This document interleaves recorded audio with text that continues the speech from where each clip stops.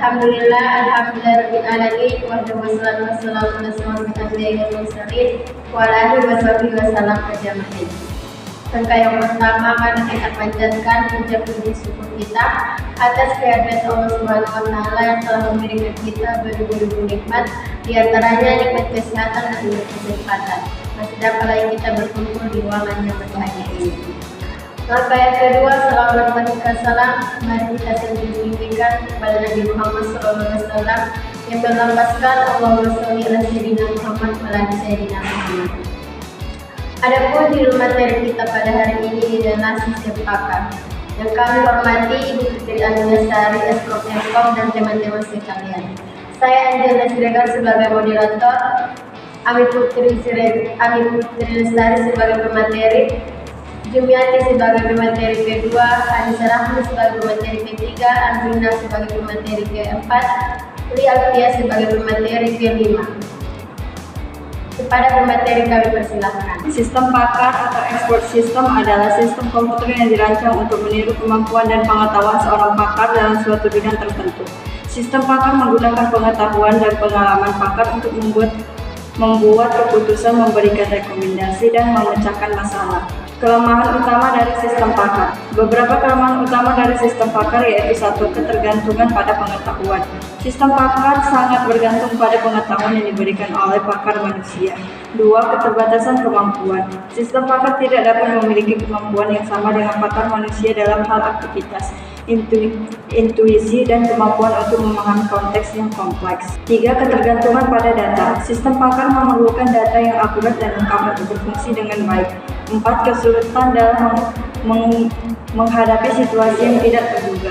Sistem pakar dapat kesulitan dalam menghadapi situasi yang tidak terduga atau tidak pernah terjadi sebelumnya. Yang utama dari sistem pakar yaitu 1. Basis pengetahuan atau knowledge base, berisi pengetahuan dan pengalaman pakar dalam suatu domain tertentu.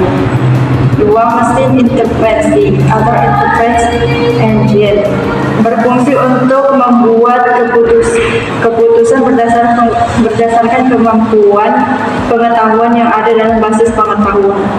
Komponen utama dari sistem pakar.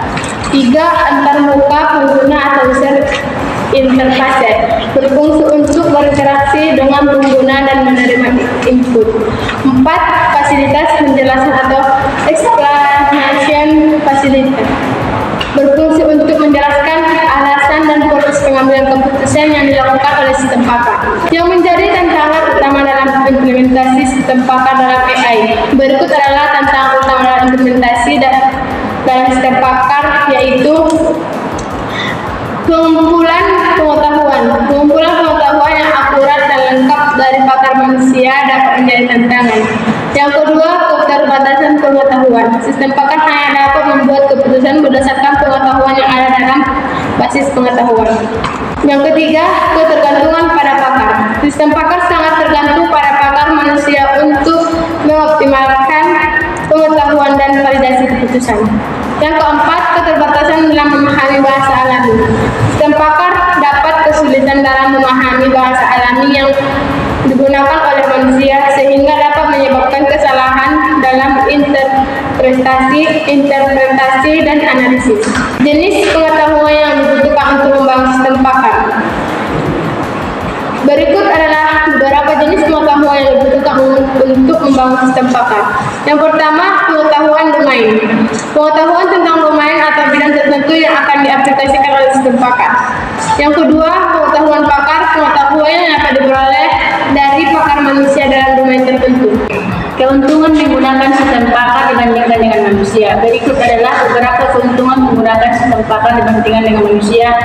1. Ketersediaan 24 atau per-7. Sistem pakar dapat berfungsi 24 jam sehari, 7 hari seminggu tanpa perlu istirahat atau liburan. 2. Kecepatan. Sistem pakar dapat memproses informasi dan membuat keputusan lebih cepat daripada manusia.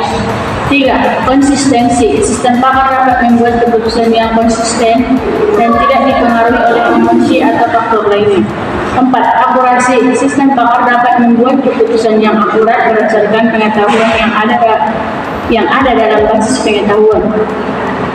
Jenis-jenis pengetahuan yang dibutuhkan untuk membangun sistem pakar. 1. Pengetahuan prosedural. Pengetahuan tentang prosedur dan metode yang digunakan dalam domain tertentu. 4. Pengetahuan deklaratif. Pengetahuan tentang fakta dan konsep yang digunakan dalam domain tertentu. 5. Pengetahuan inferensi. Pengetahuan tentang cara membuat inferensi dan keputusan berdasarkan pengetahuan yang ada. Pengetahuan tersebut dapat diperoleh oleh berbagai sumber seperti 1. Pakar manusia. Pakar manusia dalam domain tertentu dapat memberikan pengetahuan dan pengalaman mereka. 2. Buku dan dokumen. Buku dan dokumen yang terkait dengan domain tertentu dapat menjadi sumber pengetahuan. Sistem pakar itu sangat dibutuhkan. Sistem pakar sangat dibutuhkan karena beberapa alasan. 1. Keterbatasan pakar manusia. Pakar manusia memiliki keterbatasan waktu, kemampuan, dan ketersediaan.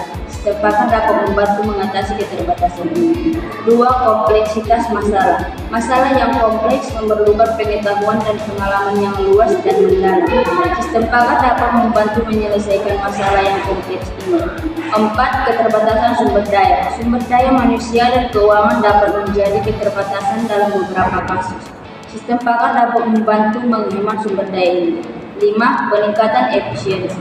Sistem pakar dapat meningkatkan efisiensi dalam pengambilan keputusan dan mengurangi waktu yang diperlukan untuk membuat keputusan. Dengan demikian, sistem pakar sangat dibutuhkan dalam berbagai bidang seperti kedokteran, keuangan, teknik, manajemen, dan pendidikan. Contoh aplikasi sistem pakar. Contoh aplikasi sistem pakar. 1. Kedokteran. Sistem pakar dapat digunakan untuk mendiagnosis penyakit dan memberikan rekomendasi pengobatan. 2. Keuangan. Sistem pakar dapat digunakan untuk menganalisis data keuangan dan memberikan rekomendasi investasi. 3. Teknik. Sistem pakar dapat digunakan untuk mendiagnosis masalah teknis dan memberikan rekomendasi perbaikan. Aturan produksi bentuk umum IF, kondisi AD, kondisi sistem atau aksi. Cukup sekian yang dapat kami sampaikan. Jika ada kata-kata kami yang salah, kami mohon maaf. Wassalamualaikum warahmatullahi wabarakatuh.